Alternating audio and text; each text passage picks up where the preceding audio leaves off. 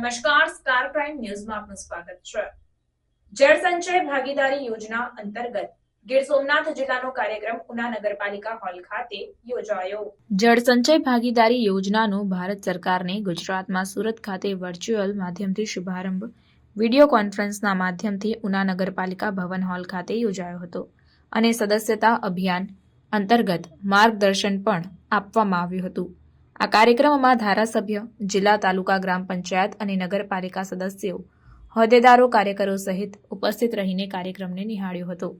જળ સંચય ભાગીદારી યોજના ભારત સરકારને ગુજરાતમાં સુરત ખાતે વર્ચ્યુઅલ માધ્યમથી શુભારંભ આદરણીય પ્રધાનમંત્રી નરેન્દ્રભાઈ મોદી, કેન્દ્રીય જળ સંચય મંત્રી અને પ્રદેશ અધ્યક્ષ CR પાટીલ, ગુજરાતના મુખ્યમંત્રી ભૂપેન્દ્રભાઈ પટેલ સુરત ખાતે તેઓની ઉપસ્થિતિમાં દરેક જિલ્લાઓમાં વિડીયો કોન્ફરન્સના માધ્યમથી શુભારંભ કરવામાં આવ્યો હતો।